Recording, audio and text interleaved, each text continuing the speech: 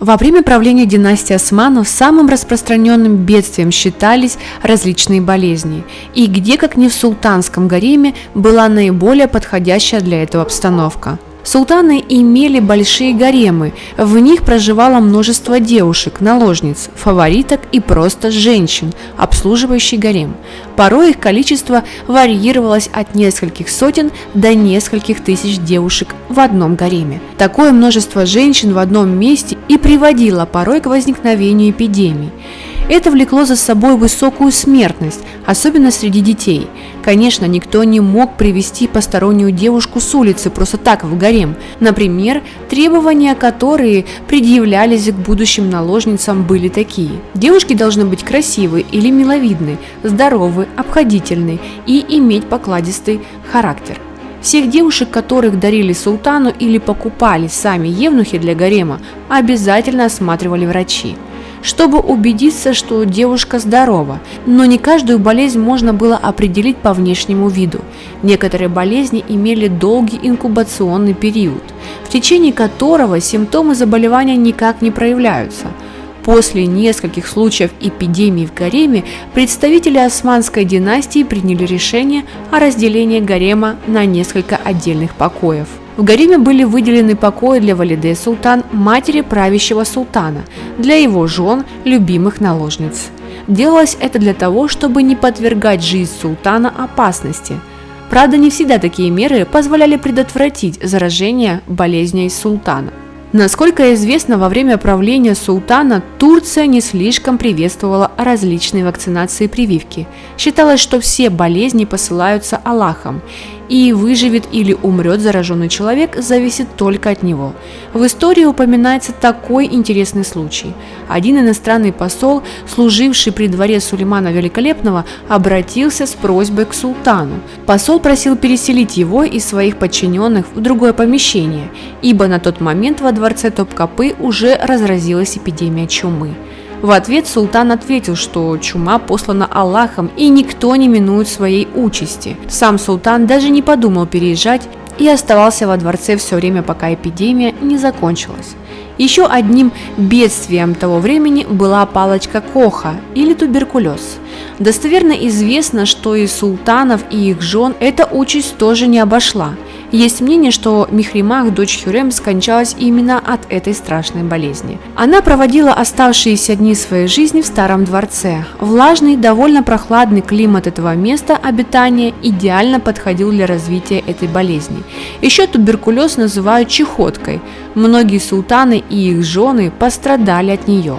Бывали случаи, когда один из султанов династии Османов был инфицирован такой болезнью с раннего детства. Но хороший иммунитет и крепкое здоровье не давали развиваться болезни еще много лет, хотя по истечению времени человек все равно умирал от туберкулеза. В истории сохранилось упоминание о том, что султан Абдул-Меджид I скончался от чехотки, а с ним и 4 его жены. И это несмотря на то, что гарем уже был разделен на несколько покоев. Хотя если такая смертность была среди семей султанов, то что можно говорить о простых обитательницах гаремов? Смертность среди них была на порядок выше. Причиной смерти другого султана Ахмеда I стал тиф. Султан Сулейман Великолепный тоже скончался из-за болезни. Мнения историков в этом случае расходятся. Одни считают, что Сулейман в последнем 13-м военном походе до канала Подагра. Из-за сильных болей он даже не смог сесть на коня. Другие уверены, что причиной смерти Сулеймана была дизентерия. В походе султан пил загрязненную воду, что и послужило причиной заражения. Еще одной ужасной болезнью того времени была оспа. Много детей и женщин в гареме пострадали от нее. Тот же Сулейман потерял из-за оспы несколько детей. Со времен ситуация несколько изменилась. В начале 18 века постепенно стала вводиться обязательная вакцинация от оспы для женщин в гареме. Хотя, скорее всего, в этом случае заботились не о самих пациентах и их здоровье, а о сохранении хорошего внешнего вида. Ведь после перенесения оспы у человека на лице на всю жизнь остаются некрасивые шрамы. А наложницы в гареме султана не имели права быть некрасивыми. В этом случае их ждала одна участь – их могли выслать из дворца. Еще одним способом спастись от эпидемии была попытка смены места жительства для семьи султана. Специально для этих целей в XIX веке начались возводить летние резиденции для султанов и их родных. Таким образом, представители династии Османов могли поменять обстановку и получали шанс переждать эпидемию без ущерба для своего здоровья. Во время правления османских султанов была очень распространена своеобразная традиция. Знатные женщины занимались благотворительностью. На их средства было учреждено много вакфов, благотворительных фондов, фондов помощи женщинам в тяжелом положении. Зачастую валиде спонсировали постройки различных больниц. Как известно из истории, яркими примерами этому были мать Сулеймана Великолепного Хапса, его любимая жена Хюррем, Кюсем и Нурбану. Все они спонсировали постройку разных медицинских учреждений. Так в Манисе была построена больница. Деньги на расходы были взяты из личных средств Хавсы, матери Сулеймана. В самом Стамбуле появилось медицинское учреждение Хасики, спонсируемое Хюррем. Благодаря Кюсем была учреждена лечебница для душевнобольных. Что самое интересное, несмотря на то, что больницы и лечебницы строились благодаря покровительству и финансовой помощи жен, матерей или дочерей правителя, сами женщины не имели права там лечиться. Пациентами в основном были мужчины. Лишь за редким исключением особа женского пола могла попасть в такое заведение. Как правило, это случалось, если больная женщина была безразлична своей семье или же одинока. В остальных случаях женщины проходили лечение дома. В этом им помогали акушерки, абекадын, если проблема со здоровьем была такого плана. У каждой семьи была своя доверенная акушерка, которая всегда приходила по первому зову. Опыт и знания об Энкадын передавали по наследству. Некоторые из них, самые опытные, могли даже проводить несложные хирургические операции. Естественно, в гареме султана работали самые лучшие акушерки. Помимо Эбн-Кадын во дворце работали женщины-врачи. И именно они занимались лечением женщин дворца.